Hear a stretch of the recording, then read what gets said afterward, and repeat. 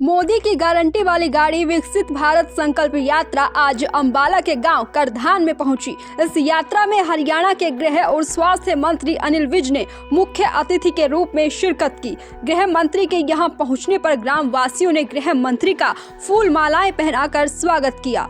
गृह मंत्री ने मंच से अपने संबोधन में विकसित भारत यात्रा के बारे में जानकारी देते हुए कहा कि ये मोदी जी की गारंटी वाली गाड़ी है। उन्होंने कहा कि ये तो मोदी जी का विजन है कि सरकारी योजनाओं का फायदा हर आदमी तक पहुंचे। उन्होंने कहा कि इसके लिए नरेंद्र मोदी ने विकसित भारत संकल्प यात्रा शुरू की है जो हर गांव में जाएगी। उन्होंने कहा कि दुनिया में विकसित देशों की संख्या 37 है और 38वां विकसित देश भारत होगा, जिसका सपना प्रधानमंत्री नरेंद्र मोदी ने 2047 तक विकसित होने का देखा है। इस मौके पर गृह मंत्री अनिल विज ने लोगों को शपथ भी दिलाई। नरेंद्र मोदी कहता है कि मैं हिंदुस्तान को विकसित भारत बनाऊंगा, इसीलिए इस गाड़ी का नाम विकसित भारत संकल्प यात्रा है। अब अपोजिशन वाले कह रहे ये क्या स्यापा पा दिया, ये विकसित भारत क्या है, हमें तो 70 सालों में समझ नहीं आया। कहते हमें तो समझ नहीं आया ये विकसित भारत क्या बीमारी पा दी। 3 तरह के देश होते हैं भाइयों, 3 तरह के। एक वो होते हैं जहां अभी विकास का कोई काम ही नहीं हुआ, न स्कूल है, न कॉलेज है, न अस्पताल है, न सड़क है, न नाली है, न रोटी है, न पानी है। ऐसे देश हैं, उनको कहते हैं अविकसित देश। कुछ विकासशील देश हैं, जैसे हमारा देश है, तरक्की कर तो रहा था पर धीरे धीरे कर रहा था। एक है विकसित देश, वो संसार में केवल 37 देश हैं।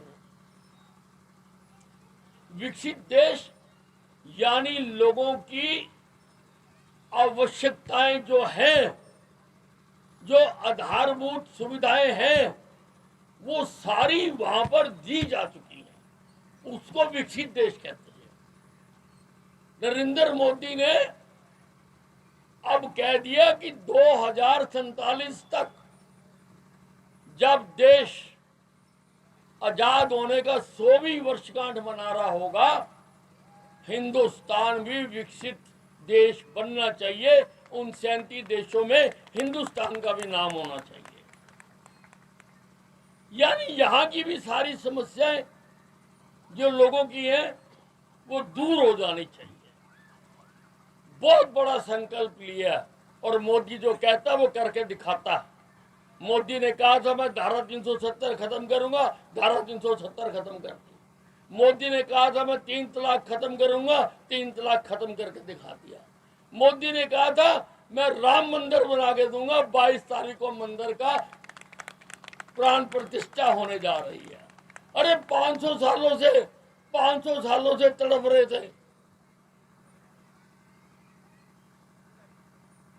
हमारे राज्य का जन्म स्थान ही नहीं था 500 सालों से, और मोदी ने बना दिया। नरेंद्र मोदी गरीब घर में पैदा हुआ था। वो सोने का चम्मच मुंह में लेके पैदा नहीं हुआ था। और ये केवल भारतीय जनता पार्टी ही है जिसमें एक आम आदमी भी देश का प्रधानमंत्री बन सकता है,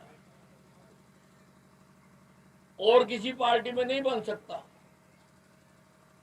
कांग्रेस में बनेगा तो गांधी नेहरू परिवार का ही बनेगा कोई ना कोई। मुलायम सिंह की पार्टी में बनेगा तो उनकी परिवार का ही बनेगा। लालू के परिवार में बनेगा तो उसके लड़के ही बनेंगे। लेकिन भारतीय जनता पार्टी में कोई भी एक आम नागरिक से लेकर देश का प्रधानमंत्री बन सकता है। और इस प्रधानमंत्री ने गरीबी झेली है, गरीबी को देखा है। इसलिए जितनी भी योजनाएं बनाई गई वो गरीबों का उत्थान करने के लिए, और हमारी तो पार्टी ही दीनदयाल उपाध्याय जी के अंत्योदय के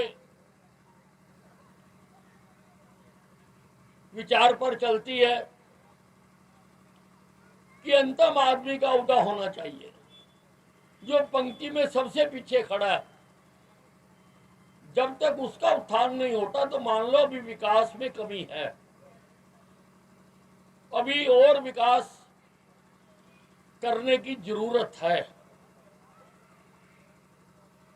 तो सारे देश में ये गाड़ी जारी है कि कोई भी आदमी हक मिले बगैर ना रह जाए।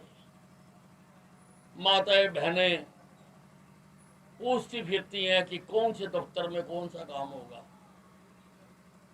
माता, मैं तो सारे दफ्तर आज यहीं ले आया, आपके गांव में सारे दफ्तर। और हमारी पार्टी हमेशा विकास की राजनीति करती है। हम कोई लंबे चौड़े वादे नहीं करते, हम एक ही बात कहते हैं, काम करेंगे, और हमने काम करके दिखाया। वहीं विकसित भारत संकल्प यात्रा में आए लाभार्थियों ने भी भारत सरकार की जमकर तारीफ की। इस मौके पर उन्होंने इसके लिए भारत सरकार और प्रधानमंत्री नरेंद्र मोदी का दिल से धन्यवाद भी किया।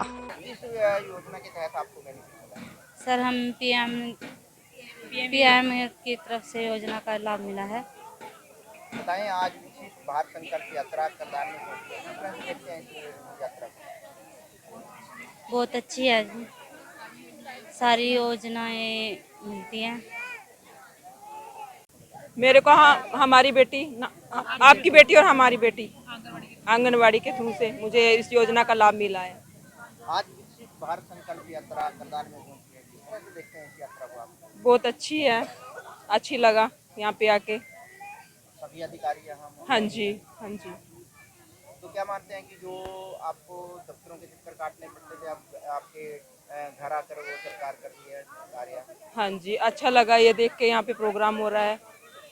दैनिक सवेरा के लिए अंबाला से कृष्ण बाली की रिपोर्ट।